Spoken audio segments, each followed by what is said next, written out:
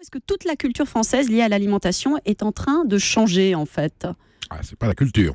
Tous les modes d'alimentation dictés par l'industrie et la grande distribution sont en train de banaliser le goût. Les jeunes, on va leur mettre du sucre. On va leur en mettre partout, y compris dans les plats salés, de façon à ce que cette addiction en fasse demain des consommateurs de sucre, ils achèteront des marques. N'oublions pas la phrase de Patrick Lelay, mon métier c'est de mettre du temps de cerveau disponible à disposition de Coca-Cola. Bon, on est dans cette logique, il a gagné, il est plus patron de TF1, enfin sa doctrine est toujours du majoritaire, et le but c'est de banaliser le goût de façon à ce que les jeunes, quoi qu'il arrive, aillent vers des produits sucrés. Alors, il y a... Est-ce qu'il n'y a pas justement un revirement chez ces jeunes? Non, il y a des gens. Est-ce qu'il n'y a pas une prise de conscience? Il y a des familles où on est conscient, il y a des parents où on est conscient. J'allais dire, la nourriture naturelle, artisanale, qui vient de nos campagnes, est en train de retrouver des parts de marché, même dans les villes, avec des AMAP, des initiatives de ce genre.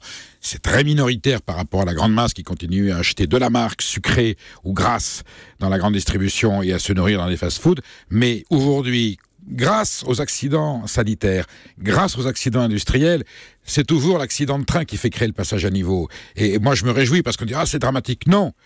Cette année, 200 000, 300 000, 1 million de personnes vont prendre conscience qu'on leur fait manger de la merde, qu'on leur fait manger n'importe quoi.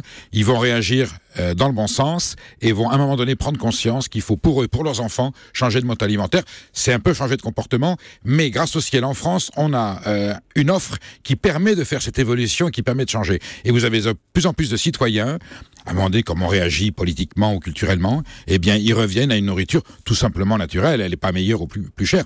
On fait attention à ce que ça protège l'environnement, que ça préserve peut-être une activité, un emploi, une paysannerie, un artisanat, que ça me fasse du bien à l'organisme, à ceux de mes enfants. Et si en plus ça peut me faire plaisir sur les papilles, alors là j'ai gagné la partie. Mais vous dites que ça touche qu'une minorité de jeunes, et pourtant on voit bien maintenant les jeunes, ils sont tous nourris sous perf avec Top Chef, Le Meilleur Pâtissier, toutes ces émissions qui n'existaient pas quand nous on était jeunes et qui leur donnent peut-être une culture justement culinaire. Il n'y a rien sur le vin d'ailleurs, il faudra qu'on en parle. Ces émissions sont des émissions de distraction. Je me lamente que la télévision de la France n'ait pas, parmi les émissions spectaculaires, événementielles, talk-show et autres culinaires, une émission pédagogique de formation, d'initiation. Moi, je suis même pour que l'on apprenne dans les écoles, il y a des salles de shoot. Mais sans aller jusque-là, si on apprenait aux enfants... je veux dire pourquoi. Apprendre à boire. Puisque justement il y a un problème aujourd'hui, leur dire si vous allez en boîte, vous prenez des prémix, des mélanges d'alcool, d'eau de vie, c'est dégueulasse. Apprenez à consommer raisonnablement un produit agricole naturel. Vous voulez qu'à l'école on apprenne aux enfants à déguster le vin de façon à ce qu'on n'ait plus jamais d'alcoolique.